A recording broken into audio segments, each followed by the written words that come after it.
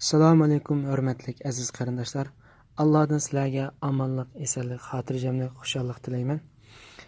Biz doktor Arkin Sidiq apandimninki turmushning muhim savotlari va savoqlari degan kitobining, ya'ni ikkinchi tema bo'lgan ayollar bilishga tegishli erlarga oid muhim ishlar degan tema ustida o'qib bermoqchiman. Ayollar bilishga tegishli erlarga oid muhim ishlar 2016 13 oyning 5 kuni. Men oldingi maqolada erlar bilishga tegishli ayollarga oid muhim ishlarni bayon qilib o'tdim. Mazkur maqolada ayollar bilishga tegishli erlarga oid muhim ishlarni tasvirlab o'taman. Men 2016-da 3-oydan burun torlarda e'lon qilingan boshqa bir manbadagi, masalan, doktor Yasir Qozining leksiyasidagi mazmunlarni asos qilgan maqolalarda manba haqida maxsus ayrim tushuncha bermadim. Hamda o'zimning o'ylaganlarini bir ilova iborasi bilan boshlangan ayrim abzasda bayon qilib, boshqalarga tava mazmun bilan o'zimga tava mazmun nihoyat aniq ayirib mangdim. Ammo vatandagi torlarning ehtiyoji tufaylidan 2016-yilda 3-oydan keyin undaq qilmaslikqa majbur bo'ldim. Mazkur maqolamo keyingi xildagi maqolaga kiradigan bo'lib, uni o'z vaqtida torlarga chiqarganda manba haqida hech qanday tushuncha berilmay qoldim. Men o'qirmanlardan bu ishni to'g'ri tushunishni so'rayman. Men tuvandagi mazmunlarni maqolaning ostidagi ikki manbadan oldim. Uning birinchisi doktor Yasir Qozi 2013-yilda 25 mayda Amerikada o'tkazilgan Shimol Amerika musulmonlar qurultayida bergan bir maydon ilmiy dokladning video filmi. Uning ikkinchisi bo'lsa doktor Yasir Qozining o'zi ishlaydigan oliy maktabda ko'p yillardan buyon dars qilib so'zlab kelayotgan mazmun bo'lib, bu video filmi 2013-yilda 27 martda tarqatilgan. Tuvandagisi maqolaning rasmiy mazmunlari. Hozirgi zamon psixologiya ilmida bayqilishicha ayollar bilishga tegishli erlarga oid muhim ishlar bor. Birinchi, erlar ayoldan istaydigan birinchi o'rindagi narsa hurmatlanishdan iborat. Agar bir ayol erini qattiq hurmatlasa, eri cho'nqur hurmat bildirsa, eri uning ayollar istaydigan birinchi o'rindagi narsani, ya'ni mangu uzilmas sevgi va mangu to'xtab qolmaydigan ko'yinish ko'nglini berdi. Bundaq ahvolda ayolni har doim birinchi darajalik muhim o'rin qo'ydi.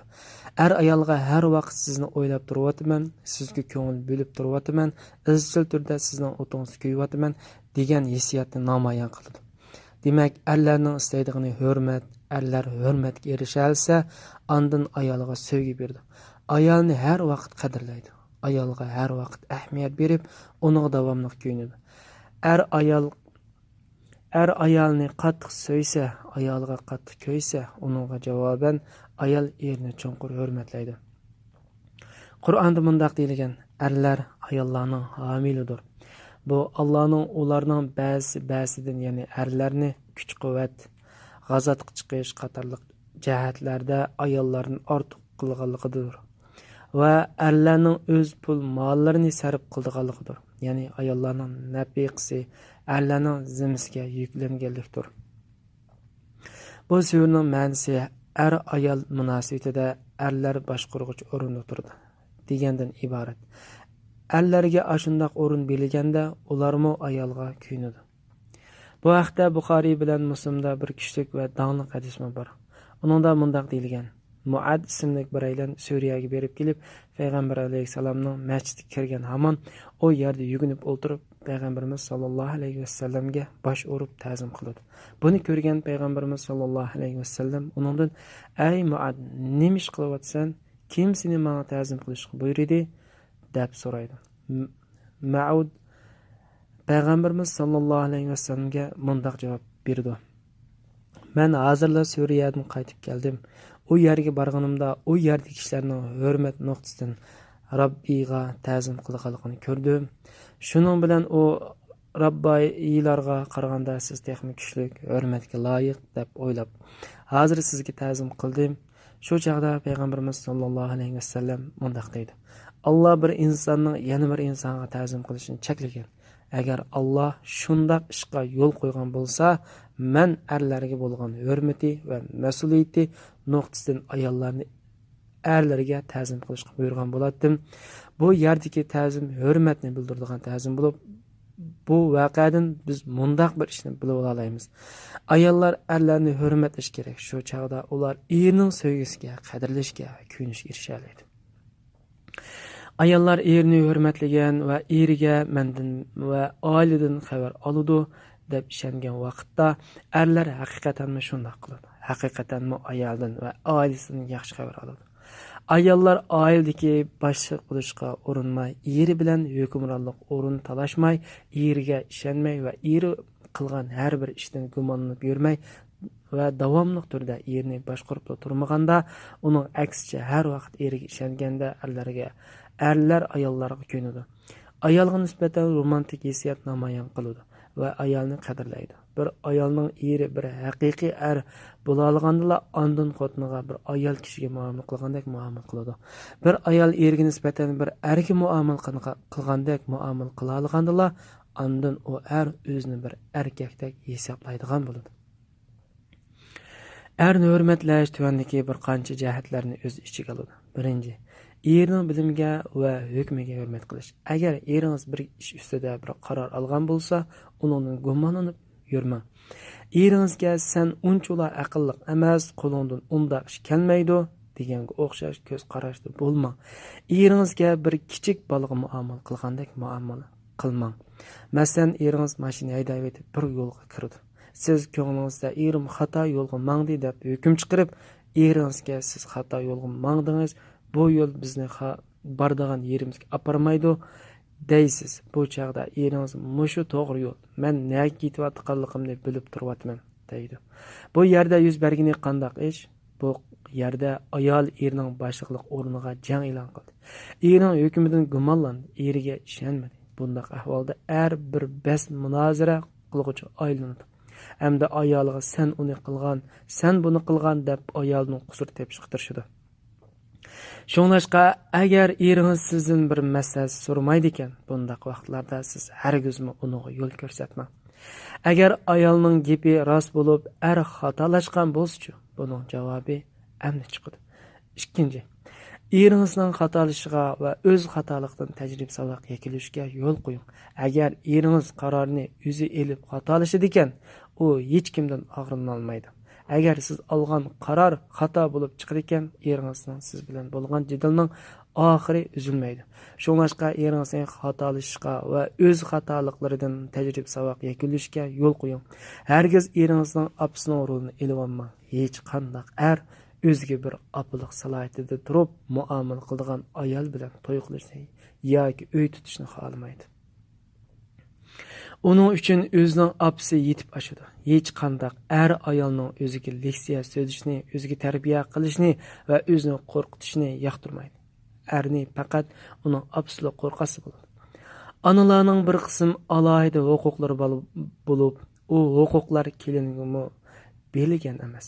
Agar eringiz yo'lni xato tanlab bir qatim ezib qolgan bo'lsa, u o'xshash xatolikni ikkinchi takrorlay olmaydi. U o'z xatoligidan o'rganadi. Bundaq ahvolda siz hech qanday gap qilmay jim turing. Kelar qatim ishni eringiz o'zi o'nglab ketadi. Uchinchi, eringiz uy ichida bir projekt ish turi elib bormoqchi bo'lganda uning qobiliyatiga ishlang. Bundaq vaqtlarda hargizmi eringizni kinoya qilmang. Hargizmi uning irodasiga sovuq suv sepmang. Masalan, uyingizdagi suv turbasi buzilib qolib, eringiz uni remont qilish uchun qurollarni elib keldi. Deyli, agar bu chaqda siz o'zingizcha turbani remont qilmoqchimi? Bo'ldi qiling. Siz uni qila olmaysiz. Berib bir remontchi chaqirib keling. Deydikansiz, siz uning g'ururini sundirsiz. Yolg'iz o'l emas, siz uning yuragiga bir pichoq sanchaysiz. Bunda ahvolda eringiz agar sening nazaringda men bir buzilib qolgan turbining hodisidan chiqa olmasam, boshqa yana qanday ishlarning hodisidan chiqa olayman deb o'ylaydi. Erlarning intayin cho'ng g'ururi bor bo'ladi. Agar siz shu g'ururni kichiklatadigan yoki ojizlatadigan har qanday bir ishni qildikansiz, siz eringizning erlik g'ururiga zaxm yetkazasiz. Shunlashqa eringiz bir ishni o'zini to'g'ri mo'ljallamay qilib solgan vaqtlardami uning aralashib olmay eringizga yo'l qo'ying. U o'zining xatolashganligini keyin bayqoladi. Hamda sizning uni qo'llab berganingiz badaliga u sizni burunqidimi bakroq suydi. Әмниятта 90% vaqtlarda eringiz boshlagan ishlarni muvaffaqiyatli holda bitiradi. Erlar ana shundoq yaratilgan. Agar ular bir ishni boshlab yarim yo'lda mag'lub bo'ldi ekan, ko'pincha vaqtlarda ular heliq ishni qayta qilib, uni vujudga chiqarmay turib, u ishdan qo'l uzmaydi. Eng oxirida u ishni g'aliblik tamomlaydi. Siz eringizning ishga aralashib olib, to'xtamay uning xatoligini ko'rsatib berib tursangiz, siz uning tishiga tegasiz. Uni zeriktir o'tisiz. Eringiz hargizmi sizning bunday qilganligingizdan minnatdor bo'lmaydi. Aksicha u sizning bunday qilganligingizni o'ch ko'rdi. Sizning bunday qilganligingiz ba'zida eringizning yuzini to'kib, uni ranjitib, natijada texmi yomon oqibatlarni keltirib chiqardi. Shunlashqa hargizmi eringizning erlik g'ururiga zaxm yetkazadigan ishlarni qilmang. Erlar o'zlarini oilaning qo'g'dug'chisi deb hisoblaydi. Agar siz uningga buzilib qolgan turbini siz yasay olmaysiz desangiz, u so'z eringizga men sizning hukmingizga ishonolmayman degan hukmni berdi. U so'z eringizga men sizning meni qo'g'day olmaydiganligingizga, mendan xabar ola olmaydiganligingizga ishonmayman degan ma'noni bildirdi. Shunlashqa eringizni o'zi qilmoqchi bo'lgan ishlarni qilishga yo'l qo'ying. U ishni o'zi qilib mag'lub bo'lsa, o'z xatoliklaridan o'zi o'rgansin. Agar siz uning erlik g'ururini sindirdi ekansiz, u sizni o'zingiz arzu qilgandek sevmaydigan bo'lib qoladi. 4. Agar bir ish haqida siz eringiz bilan salbiy yo'sin so'zlashga to'g'ri keldi ekan, siz ishlatadigan so'zlarni nihoyatda ehtiyotkorlik bilan tanlang. Ayoli davomli beshni og'ritib turadigan, qaqshaydigan erlar nihoyatda ko'p. Undaq bo'lishiga sabab erlar ayolning to'liq qaqshishni o'zlariga qilgan hurmatsizlik deb tushunadi. Erim buzilgan turbini o'ngshi oldingizmi? Uni nemishqa texicha o'nglab bo'lolmaysiz. Men bu ishni sizga degini 1-2 hafta bo'lib ketdi-ku. Bu ishni qilish siz uchun shuncha bo'lar tasmo, nemishqa mening gapimni biror qitim bo'lsin anglab qo'ymaysiz. Siz mushundaq gaplarni qilib, eringizning beshni og'irtib etgansiz, u tadrijiy holda suv turbisini o'nglash ishga bir xil o'chmanlik ko'zi bilan qaraydigan bo'lib qoladi. Eringizning u ishni burunqidimi bakroq qilg'isi kelmaydigan bo'lib qoladi. Eringiz xotinim hajabmi beshimni og'ritda deb o'ylab sizning deganlaringizga hargizmi ijobiy natija elib kelmaydi. Eringizning suv turbisini vaqtida o'nglash olmasligining sababi birinchidan u qilgan boshqa uningdan muhim ishlar bor. Ikkinchi, er kishilarning ba'zi ishlarini qilishga ma'lum bir vaqtda ko'ngli tortmay, uni qilishga boshqa bir vaqtda ko'ngli tortadi. Shunlashqa erlar ba'zi ishlarni qilishda uning o'z ko'ngli tortadigan paytini saqlaydi. Agar siz eringizning ko'ngli tortmagan bir ishni uningga shu paytning o'zida qildirmoqchi bo'ldi ekansiz, eringizni u ishni shu paytda qilishga majburlaydi ekansiz, eringizning ko'ngli qattiq ranjib yoki azoblab qo'ysiz. Shunlashqa siz yuqoridagi ishni qilishning o'rniga eringizga ijobiy jihat ilhom bering. Masalan, siz eringizga men sizga o'lish kun suv turbisini buzilib qolganligini aytgan edim. Uni hozir o'nglab berishga vaqtingiz yetarmi? deng. Ya'ni salbiy pozitsiyada turib gap qilmay, ijobiy pozitsiyada turib, ijobiy ahangda so'z qiling. Agar cho'qim norozilik bildirishga to'g'ri keldi ekan, hargizmi gapni sen yoki siz degan so'zni ishlatib boshlamay, uning o'rniga men degan so'zni ishlatib boshlang. Masalan, eringiz ishdan kechikib tushib, sizga telefon qilib qo'ymagan bo'lsin, u uyga kechroq qaytib kelganda siz uningga ochiqlab, "Mushundaq chaqlarda menga ishdan sal kechira kelaman" deb telefonmi qilib qo'ymaysiz, "Nemishqa davomli mushunday qilsiz" degan bo'ling. Bu yerda siz eringizni ayblaysiz. Agar eringizni uning opsi yoki dadasi ayblasa bo'ladi. Ammo siz ayblasangiz bo'lmaydi. Siz uni ayblasangiz eringizning sevgisiga erisha olmaysiz. Agar siz yuqoridagi gapni Amriqim, siz bugun ishdan kechikib qaytib keldingiz, ammo menga telefonmi qilib qo'ymadingiz. Men sizdan bak ansirab ketdim desangiz, eringiz har qatim ishdan kechikib qolganda cho'qim sizga telefon qiladi. Ya'ni bu yerda siz men yoki siz degan so'zni ishlatmay, uning o'rniga men degan so'zni ishlatsangiz, men sizni ansirab qoldim, men sizning nima ketganligingizni bilolmay qoldim, men sizni ansirab nima qilishini bilolmay qoldim. Mushundaq so'zlarni ishlatsangiz, eringiz sizdan nihoyat rozi bo'ldi. Sizdan suyunadi ham siz uchun osmondagi oyni yulib aklib berishga tayyor bo'ladi. Ba'zida eringiz sizga qo'pollik qilib soladi. Shundaq vaqtda siz ma'ni dedingiz, siz ani dedingiz deb manga qo'pollik qildingiz demay, sizning mavu gaplaringiz mening ko'nglimni og'ritdi dedi. Shunday qilsangiz, eringiz men uningga rasululloh o'rinsizlik qilibdiman. Unda qilmasam bo'lib degan deb o'zi bir gunoh o'tkazgandek hissiyatga keladi. Qilgan ishga pushaymon qildi. Eringiz tanqidlasangiz yoki ayblasangiz, u hargizmi o'zini gunoh qilgandek his qilmaydi. Eringizni bir ardek hissiyatga ega qilish uchun siz chuqur bir ayol kishidak rol elishingiz kerak. Hargiz boshqalarning oldida eringizni tushirmang. Hargiz boshqalarning oldida eringizning erlik g'ururini tushiradigan va eringizning qobiliyatini kamsitadigan gap so'z yoki chaqchaqlarni qilmang. Bunday ishlardan qat'iy saqlaning. Unday ishlar hamma vaqtda nihoyat ziyonli. Erlar ayolning o'zlarini boshqalarning oldida tushirishni qat'iy yoqtirmaydi. Unday eringizda hech qanday ijobiy natija olib kelmaydi.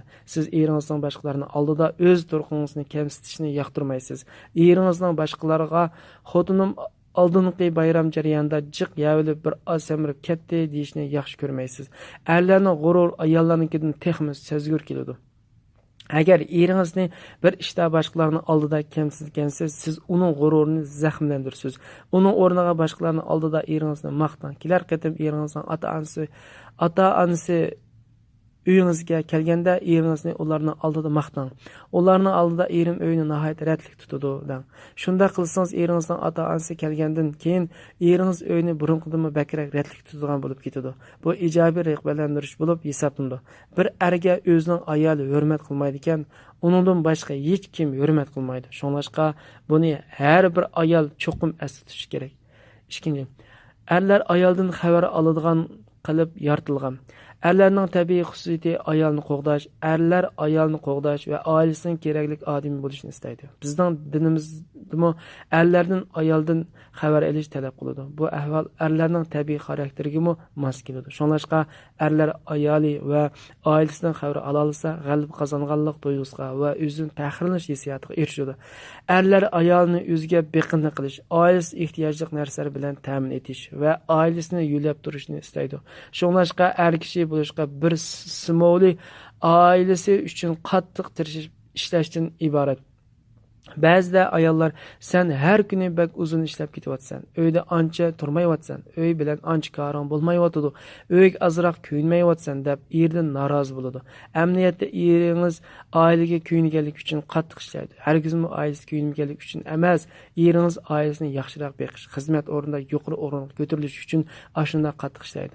Eringizning oilaning iqtisodiy ehtiyojidan höddəsini to'liq chiqish orqali sizga va oilaga bo'lgan hurmatini namoyon qiladi. Lekin ayollar ko'pincha vaqtlarda erining qattiq tirishib ishlashining o'zi uning ayoli va oilasiga bo'lgan muhabbat ekanligini to'liq tushunib yetolmaydi. Erlar oilaning kelgusi iqtisodiy ahvol ustida ko'proq o'ylaydi. Erlarning ko'proq o'ylaydigani tuvandagi savollarning javobi.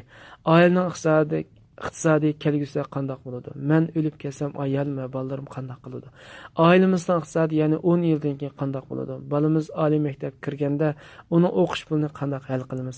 Ayollar uzun muddatlik er-ayollik munosabat ustida ko'proq o'ylanadi. Oilasining iqtisodi unchalar nachar emas. Ayollar iqtisod ustida unchalar ko'p o'ylanib ketmaydi. Erlar yana 20 va 30 yildan keyin oilasida yetarli iqtisod bor bo'lishni, bolalarni oliy maktabda o'qitganga puli bor bo'lish masalalari ustida o'ylaydi. Ayollar bo'lsa erini davomli o'ziga jalb qilib turishni, ya'ni 10-20 yil o'tgan vaqtda erining o'ziga bo'lgan muhabbatini normal saqlab qolish ishlari ustida o'ylanadi. Bu deganlik hargizmi erlar ayoli va oilasi bilan kori bo'lmay o'ligicha elishish kerak deganlik emas. Bu yerda demoqchi bo'lgan gap ayollar erlarning qattiq ishlashidagi yetakchi ideyani to'g'ri tushunish kerak deganlikdan iborat. Agar ayollar erining qattiq ishlashiga qarata davomli norozi bo'laverdi ekan, erini zeriktirib, hatto erini ranjitib qo'ydi. Chunki erlarning nazarida bu ishlarning hammasi ayol uchun qilingan.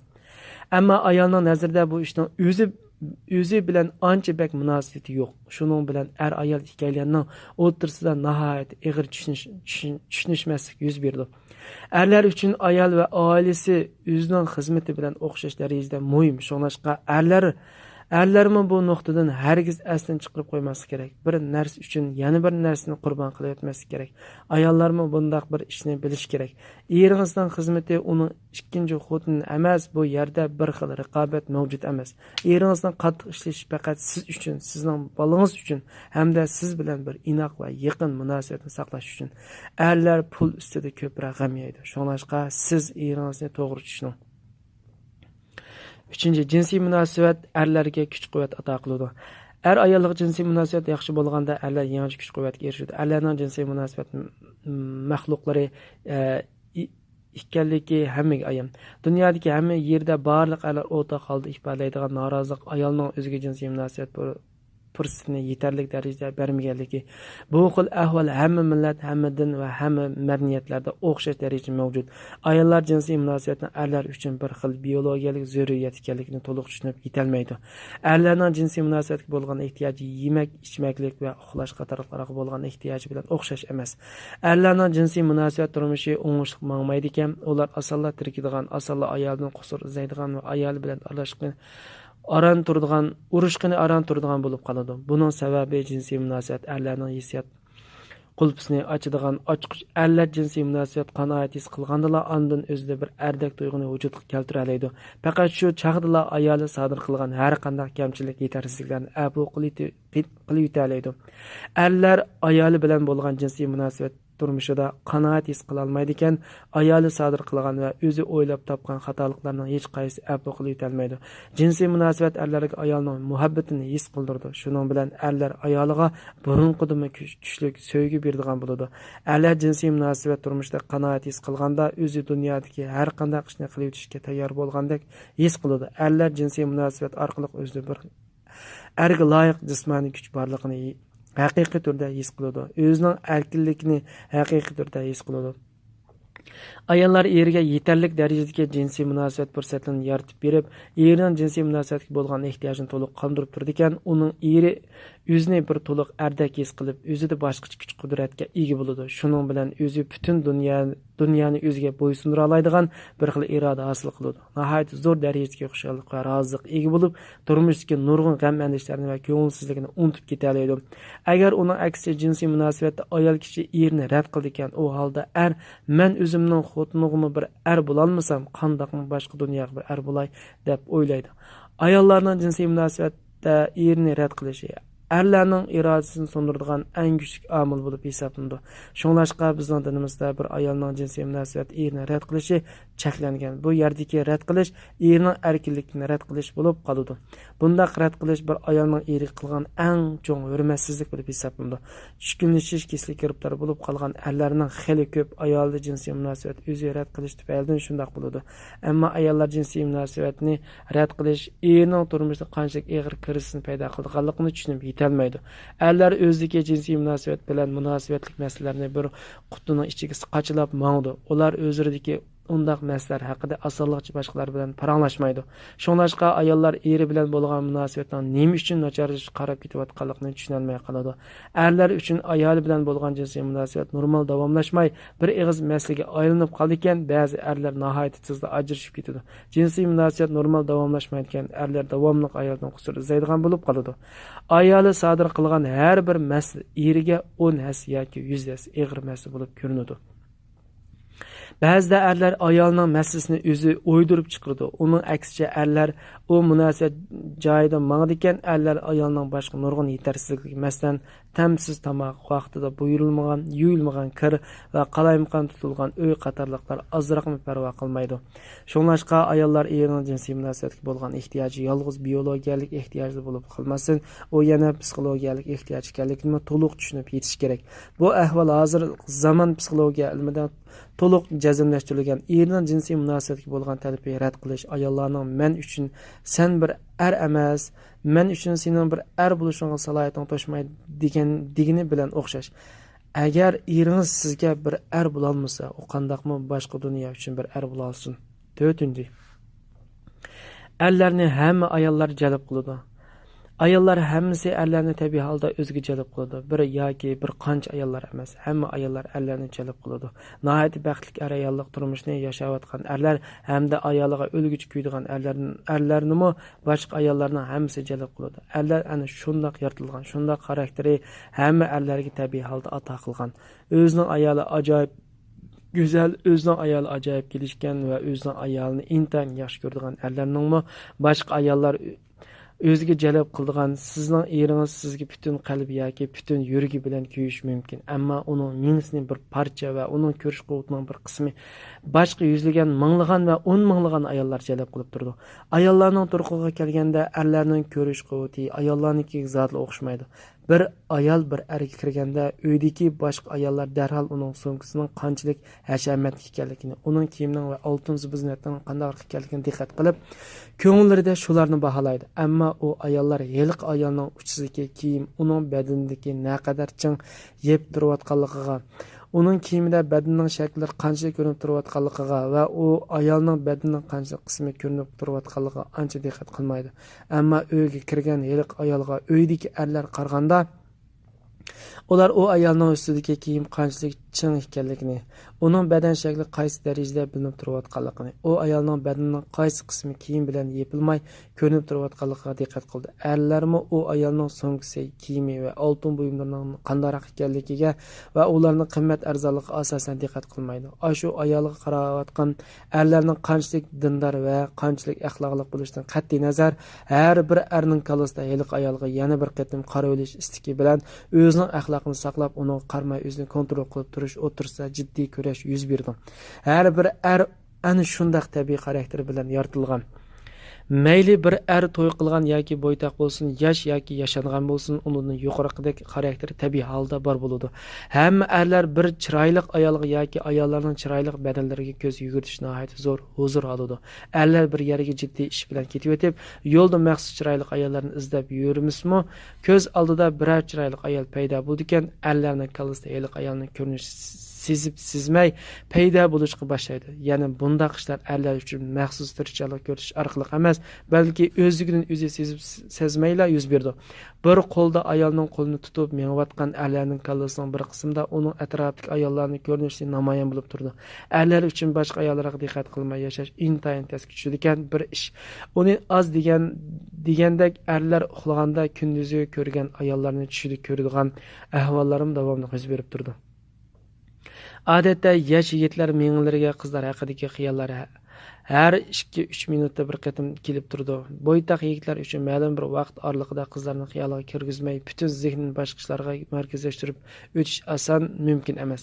Payg'ambarimiz sollallohu alayhi vasallam bu haqda Abu Davud yozgan bir hadisda deyilishicha, payg'ambarimiz uyning oldida yo'lga qarab o'tirganda oldidan bir ayol o'tgan. Shu chaqda uningda bir xil jinsiy munosabat istiqi qo'zg'algan. Shuning bilan payg'ambarimiz sollallohu alayhi vasallam uyga kirib, ayol bilan karavotga chiqib, o'zining tashnaligini qondirib, ondan sirtga yenib chiqqan. Hamda payg'ambarimiz sollallohu alayhi vasallam mundaq degan: bir ayol sirtga manganda shayton uning jamolni atrofidagi erlarga aslidagi ko'p go'zal qilib ko'rsatdi. Ya'ni shayton uni go'zallashtirib yutadi. Shunlashqa bir er sirtqa bir ayolni ko'rib, o'zida jinsiy munosabat istiga tug'ilganda u istakni o'z ayoli bilan qondirib o'tsa bo'laverdi. Chunki boshqa ayollarda bor narsa uning o'z ayolidan bor. Mana bular bizning payg'ambarimiz degan so'zlar. Payg'ambarimiz sollallohu alayhi vasallam da'liq navrisi Ibn Abbos Qur'ondagi Alloh barliq cho'ng gunohlarni o'tkazgan kishilarni jazolaydigan bo'lib, to'g'ri yo'l tutgan kishilarning kichik gunohlarini bo'lsa afu qiladi degan mazmun o'z ichiga olgan bir so'riga izohat berib, kichik gunoh misollari ichidagi eng yaxshi misol bir erning bir ayolga nazar tashishdir degan. Qisqasi, erlarning ayollarga nazar tashlashi saqlanig'ini bo'lmaydigan kichik gunoh bo'lib, erlarning ayoliga nazar tashmasligi jangida 100% utalaydigan erlar asosan mavjud emas. Bu xil ahvolda qiz ayollarning ko'nglini yerim qilib, ularda qimmati tuvan kishilarda tuyg'u paydo qilib, ularni ruhiy jihatdan tushkunlashtirish mumkin. Ammo bizning bu yerda yuqori ahvollarni yezishimiz hargizmi hali singlarni tushkunlashtirishni maqsad qilgan emas. Bizning maqsadimiz sizlarni ayollik hayotini o'ngishli qilib, mengish uchun zarur bo'lgan muhim bilim, kuch va qudrat bilan ta'min etishimizdan iborat. Mushundaq ishda xotinlik munosabatni normal davomlashtirib mengishda bilishga tegishli yana ikki narsa bor. Uning biri, agar siz eringizning boshqa bir ayolga nazar tashlayotganini ko'rib qoldikansiz, siz uni chiqilmang. O ishning sizning ko'nglingizni og'ritganligini va sizni tiriktirganligini eringizga ayting. Hamda bir yaxshi xotin bo'lishga tirishib, eringizdan o'zingizning qanday yerda bo'la oladiganligingizni so'rab beqing. Ammo har qanday ahvol ostida eringizning boshqa bir ayolga bir qitim nazar tashlaganligini, erim endi meni yaxshi ko'rmaydigan bo'lib qopti deb tushunmang. Yuz bergan undaq ishdan eringizning sizga bo'lgan muhabbati bilan hech qanday munosabati yo'q. Yuz bergan u ish hargizmi uning sizga bo'lgan muhabbatining kuchlik darajasini namoyon qilib bermaydi. Boshqa ayollarning eringizni jalb qilish bir yuzaki ish bo'lib, mohiyatda eringiz yali sizni burunqidek suydi. Bundaq ahvolda boshqa ayollar eringizni yuragini jalb qila olmaydi. Undaq sizning eringizni jalb qila olmaydiganligingiz sizni yetarli darajada go'zal emasligingizni tushuntirib bermaydi. Erlarning boshqa ayollarga nazar tashlashi jinsiy munosabatga tufaylidan emas. Erlar o'zlari uchratgan har bir chiroyli ayol bilan jinsiy munosabat o'tkazishni o'ylamaydi, balki ayollarning sirtqi go'zal jamoliga ko'ngilda apirlik va qoyillik bildirish erlarga tabiiy xususiyatidir. Biz bu yerda kuchli darajada ta'kidlamoqchi bo'lgan asosiy nuqta ana shu. O'tganda dunyodagi eng danglik 5 nafar ayol modellarining biri yo'liqqan mundaq bir ahvol dunyoga bir nihoyat cho'ng xabar bo'lib tarqatildi. O ayol bir kuni ishdan tushib uyga qaytib kelganda erining yalang'och ayollarning rasmlari besilgan bir jurnalni ko'rib o'tirganligini ko'rib qolgan. Shuning bilan o ayol nihoyat qattiq xafa bo'lib, eri bilan ajrashib ketgan. Demak, dunyodagi eng go'zal modellarning birini xotin qilib elib olgan yeliq o'z ayoli bilan qanoat his qilmay, shuning bilan u yana boshqa ayollarning yalang'och rasmlarini ko'rgan. Masxarlik bo'lgani shuki, u boshqa ayollarning maynat rasmlarini ko'rib o'tirganda ehtimol dunyodagi boshqa millionlagan erlar uning o'z xotinining rasmlarini ko'rib turayotgan bo'lishi mumkin. Albatta, bu erning qilganlarini o'rinliq ish deb hisoblagani bo'lmaydi. Uning qilgani to'g'ri emas. Ammo siz hargizmi eringizning boshqa ayollarga nazar tashlab qo'yishi bilan o'z g'ururingizni zaximlantirib olmang. O'z qimmatingizni tushirib olmang va o'z hurmatingizni ojizlashtirib olmang. Siz eringizning yelqidek qilqini tanqidlasangiz va ayblasangiz bo'ldi. Ammo eringizning undaq qilgani o'zingiz bilan bog'lab olmang. Eringizning undaq qilganining eringizning sizga bo'lgan sevgisi bilan hech qanday munosabati yo'q. Uning yana biri yuqorida tushuntirilgandek hamma erlarning boshqa ayollarga nazar tashlashdan iborat bir masala bor. Siz shundaq erlarning birining ayoli bo'lganligingiz uchun eringizning boshqa ayollarga diqqat qilayotganlik ko'rinishlarini davomli uchirib tursiz. Hamda ashundaq ahvollarga ochiqlisiz va ulardan tiriksiz. Shunday qilish bilan birga siz eringizni to'g'ri tushunish yo'lidami azroq tirishchilik ko'rsating. Eringizni jinsiy munosabat masalasida tabiiy holda paydo bo'lgan ichpishqi va tirikish borligini tunib yeting. Agar eringiz jinsiy munosabat ishidagi tashnalikni siz orqali qanoatlantira olmasa, uningga boshqa qandoq amal bor? Hozir siz ko'chalarning qandoq yerga bering nihoyat ochiq kiyingan qiz-cho'kanlarni qadamda burishtirib tursiz. Undaqlarni televizorlarda davomli uchirib tursiz. Shunlashqa eringizga bir oz yesashlik qiling. Eringizga bir oz mehribonlik ko'rsating. Hamda eringizning o'z sevgini to'liq namoyon qiling. Eringizning jinsiy munosabatga bo'lgan tashnalikka yetarli darajada e'tibor bering. Agar siz eringizga o'z badaningizni ko'rsatmasangiz, eringizning sizdan to'liq huzur olishga yo'l qo'ymasangiz, undaqda eringiz qanday qiladi? Siz yaratquchimiz ato qilgan bir go'zal jamal bor bo'lib, eringiz uningdan huzurlanishga fursat bering. Shunday qilsangiz, eringiz sodir qilish ehtimolligi bor bo'lgan bir qism masalalarni saqlanigani bo'ladi. 5. Erlar uchun romantik munosabat degan so'z jinsiy munosabat degan so'z bilan o'xshash.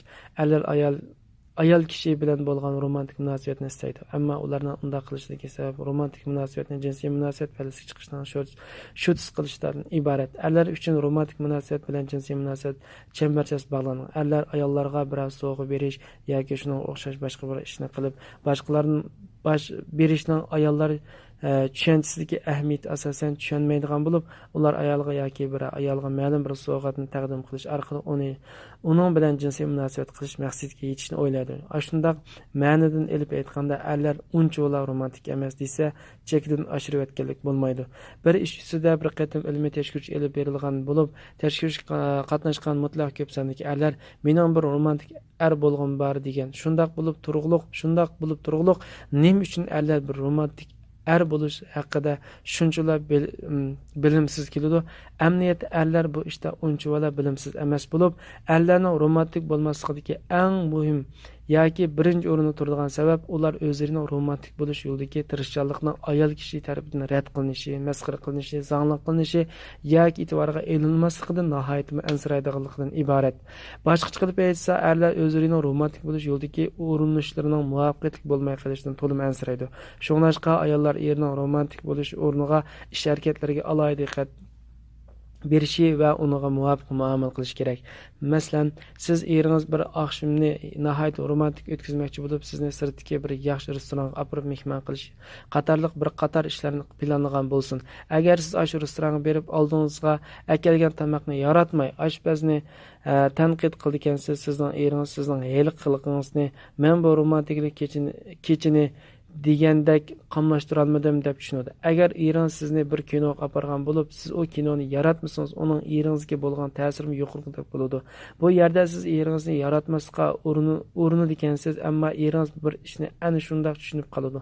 Agar eringiz sizga bir sovg'at berganda, u sovg'at sizning ko'nglingizga yoqmay, siz buni nima uchun olgansiz, bunday narsaga pul isrof qilib nima qiladingiz deydi ekansiz, eringiz siz uchun bir romantik ish qilaman deb mag'lub bo'lgandek hissiyat keladi.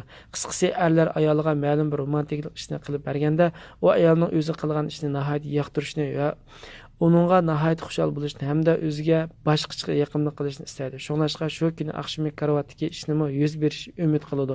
Romantik ishlarning aniqlamasi erlar bilan ayollar uchun o'xshash bo'lmay qolishi mumkin.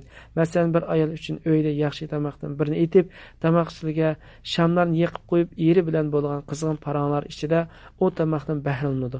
Ondan eri bilan uydagi safoat o'tirib bir kunoni birga ko'rishning o'zi bir romantik ish bo'lishi mumkin. Ammo u ayolning eri uchun bo'lsa, sirtga chiqib, ayol bilan birga tamoq yeb, undan keyin kinoxonaga bir kinoni ko'rib, ondan oqshomgi karavotga birga chiqish bir romantik ish bo'lishi mumkin. Mushunga o'xshash er bilan ayolning romantik ish haqidagi tushunchasida xeyli cho'ng farq bor.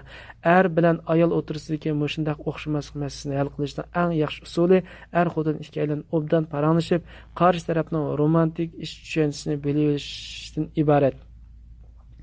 Yana bir masala, agar ma'lum bir kunda romantik ishlarning oxirgi natijasida er xotin ikkalarininki karavotga birga chiqish bo'lmaydi ekan, u holda erda umidsizlik yoki yaratmaslik tuyg'usi paydo bo'ldi.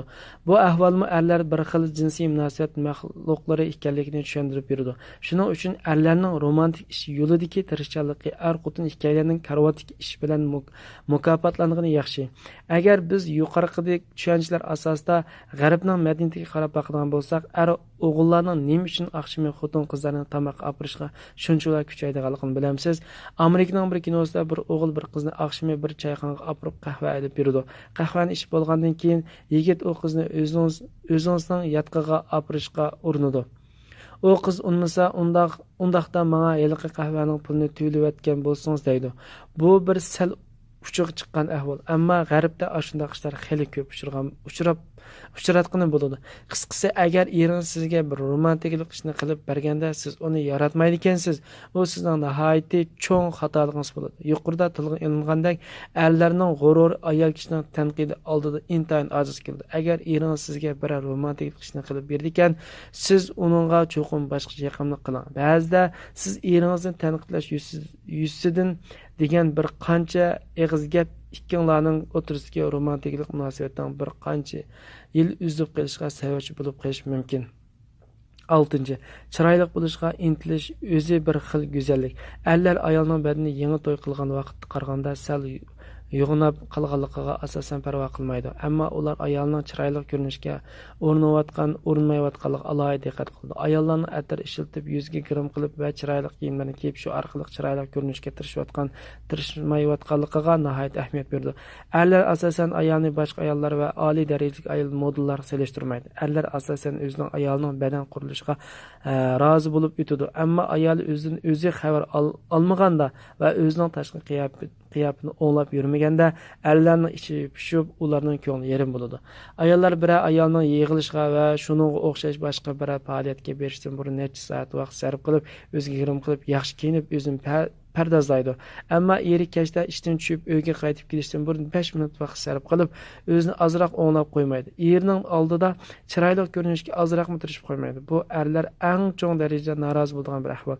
Obdan o'ylanib beqing. Sizning chiroyli jamoangizda va sizning chiroyli qiyofatingizda bahrinishga va suyunishga shart hammadan bek to'shadigan kishi hargizmi siz borgan o'tirishga boshqa ayollar emas, siz borgan to'ydagi boshqa do'stlaringiz emas, sizning chiroyli jamoangizdan va sizning chiroyli qiyofatingiz bahrinishga va suyunishga shart hammadan bek to'shadigan kishi sizning eringiz. Shuningdek, o'zingiz eringizni oldida chiroyli ko'rsatishga tirishmay, boshqalarning oldida chiroyli ko'rsatishga tirishingizning nima ahamiyati bor? Ayollar asosiy jihatdan erining oldida chiroyli yasinib yurishning ahamiyati ancha cho'ng, ancha tushunib yetolmaydi. Hamda men darajadan tashqari modellar bilan raqobatlashmasam bo'lmaydi degan ideyaga rasmiy ishnadi. Ammo oldingi qatimliq maqolada tilingandek erlar bir vaqtda faqat bir ishni o'ylaydigan bo'lib, ular hargizmi ayolning badan qurilishini darajadan tashqari modellarning badan qurilishi bilan selishtirib yurmaydi. Erlarning istaydigani ayolning o'zining oldida chiroyli ko'rinishni intiladi va shu yo'lda zarur bo'lgan tirishchilikni ko'rsatishni iborat. Ayollarning o'zlarining turqiga nisbatan o'z ishonchining yo'qligi bir ig'ir masala. Bu yerda bir yaxshi ahvol shuki, agar bir ayol eri uyga qaytib kelishdan burun 5-10 minut vaqt chiqarib o'zining turqini bir oz o'nglab, o'ziga atir chechib, o'zining ko'rinishini bir oz chiroylilashtirish qo'ydi ekan, uning eri uyga qaytib kelganda ayolning o'zi oldiga chiroyli ko'rinishga tirishayotganligini sezdi. Shuning bilan ayoldan minnatdor bo'ladi va suyunadi. G'arbda ilib berilgan bir ilmiy tashkilotda qatnashgan erlarning 85% o'zlari uchun muhim narsa ayolning 10-20 yil mobaynida 10-20 yil burungi vaqtdagidek yosh ko'rinishni emas, balki ayolning erining hissiyotiga ahamiyat berib, eri oldida chiroyli yasinib yurishga o'rinish ekanligini bildirgan. Ayollar o'zlarining sirtqi qiyofatiga haddidan ziyod sezgir bo'lib yashaydi. O'zlarining sirtqi qiyofatiga haddidan ziyod ko'ngil bo'lib ketadi. Erlarning bunday ishlarga ko'ngil bo'lishi ayollarning ozroq yaqinmi kelmaydi. Ko'p sonliq erlar uchun hammadan muhim narsa ayol o'zining oldida va uy ichida chiroyli ko'rinish berish uchun yetarli darajada tirishchilik ko'rsatishdan iborat. Ayollarning chiroyli ko'rinishga urinishi erining ko'ziga chiroyli yasangan bo'lib ko'rinadi. Ayollarning bir go'zal qiyofatga erishishga tirishishi erining ko'ziga go'zallashgan bo'lib ko'rinadi. Bu har bir ayol kishi tunib yetishga tegishli nihoyat muhim va nihoyat oddiy tushunchadir. 7. Erlarning o'nkirdagi vaqtga ehtiyoji bor. Erlar bir tabiiy xususiyati shuki, ular har kuni ozroq vaqtni o'z oldiga ayrim o'tkazishni istaydi. Ular har kuni ma'lum bir vaqt ichida barliq ishlardan qo'l uzib, hamda bir yerda o'zi yolg'iz turib jurnal o'qish, internetdagi narsalarni tashkirish va televizor xabarini ko'rishga o'xshash ishlar bilan shug'ullanish yaxshi ko'rdi. Erlar cho'ng-cho'ng masalaga duch kelganda ko'nglidagi ishlarni boshqalarga deb yurmaydi, balki o'zi yolg'iz shu masala ustida o'ylaydi. Shunday vaqtlarda erlar ikki ingni tutib o'ltirib, boshqa hech qanday ish qilmay turibla o'ylana oladi. Balki televizorda xabar ko'rishga o'xshash bir ish bilan shug'ullanib turib, kallasining orqa tarafida o'zi duch kelayotgan cho'ng masala ustida o'ylanadi. Hamda shunday bir muhitda o'z masalasini hal qilish chorasini o'ylab topa oladi. Har bir o'zining ozroq vaqtini o'zi yolg'iz o'tkazishga ehtiyojli bo'lib, bu ularning o'nkirdagi vaqti bo'lib hisoblanadi. Bu vaqtda ular bir ko'ngildagi o'nkirga kirib hamma ishlarni qo'l uzadi.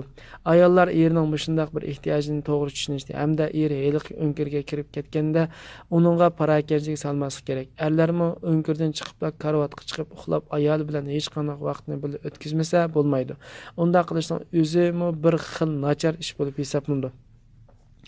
Erlar ayollarga o'xshash ko'ngildagi ishlarni boshqalarga davomli deb turmaydi. Bir qism ishlarni hech kimga demaydi. u o'zining ko'nglini saqlaydi. Bu erlarning bir xil tabiiy xususiyati. Erlar bir jimjit yerda o'ltirib, yana bir ishni qilgach o'zi duch kelgan masala ustida o'ylanadi. Undaq jimjit yer televizorning oldida bo'lishi mumkin, kompyuterning oldida bo'lishi mumkin yoki qo'ldagi kitob bo'lishi mumkin. Shunlashqa sizning eringizga deydigan bir muhim gapingiz chiqib kelib, uni eringizga demoqchi bo'lgan vaqt eringizning o'nkirtki vaqtiga to'g'ri kelib qoldi ekan, siz eng yaxshi eringizning o'ylanish jarayonini buzib o'tmay, uningga "Amerika mening sizga deydigan bir muhim gapim bor edi. Uni sizga qachon desam bo'ladi?" deb so'rang. Bu ishda erlarmi odil bo'lish kerak. Agar eringiz soat 8 da paranlashayli deb sizga bir vaqtni belgilab bergan bo'lsa, u muchuqum o'zining va'dasini saqlash kerak. Ba'zida siz eringiz bilan gap talashayotganda, eringiz o'zining uyiga kirib ketib, eshikni yopib oladi. Uning bu qilqi hargizmi o'zidan sizni elib qochqanlik emas, balki bu uning o'nkiriga kirib ketishi bo'lib, u shu uyda jimjit o'ltirib sizlar deyishgan ishlar ustida o'ylanadi. Erlarning cho'ng ishlar ustida o'ylanish usuli ana shu. Shunlashqa siz eringizning bunday ishlarini to'g'ri tushunishingiz kerak. Ayollarning bir masalani hal qilish usuli bo'lsa, eri bilan gap talish, munozir qilish, o'xshash gaplarni qayta-qayta takrorlash va do'stlariga dard to'kish qatorlilar bo'lib, ular bu haqda bu jihatlar erlarga zot o'xshamaydi. Agar siz erlarning mushunday psixologiyalik xususiyatlarini to'liq tushungansiz, sizning eringiz bilan bo'lgan munosabatingizdagi uzun muddatli sog'lom davomlashadi. Mana bular har bir ayol kishiga bilish tegishli erlarga oid 7 muhim ishlar. Yuqorida bayon qilingan o'qirmanlarning bir qismi bo'libmi, erlar ayoldan istaydigan birinchi o'rindagi muhim narsa ayolning o'zini hurmatlash ekanligi haqidagi tushunchalar bir dongli kitobdan kelgan. U kitobning avtori 3 qatimda to'y qilib mag'lub bo'lgan Laura Doyle ismli ayol bo'lib, u dastlabda eri bilan huquq talashib o'tgan. Ammo turmush o'ngishli bo'lmaganlikdan keyin men bir shuncha yaxshi ayol tursam, nima uchun mening turmushim o'ngishli bo'lmaydi deb o'ylab, turmushda bir yangi falsafiy ideya qo'llanishga boshlagan. Ondan uning turmushi nihoyat muvaffaqiyatli bo'lgan. U ayol o'zi sezgidoshlarini haqida bir kitob yozgan bo'lib, uning ismi Taslim bo'lgan ayol. Bu kitob g'arbdagi dongli kitoblar qatoridan o'rin olgan bo'lib, u har bir ayol kishining o'qib beqishiga arziydi. Men imkoniyati bor Uyg'ur qarindoshlarining bu kitobni Uyg'urchaga tarjima qilib nashr qildirishni umid qilaman.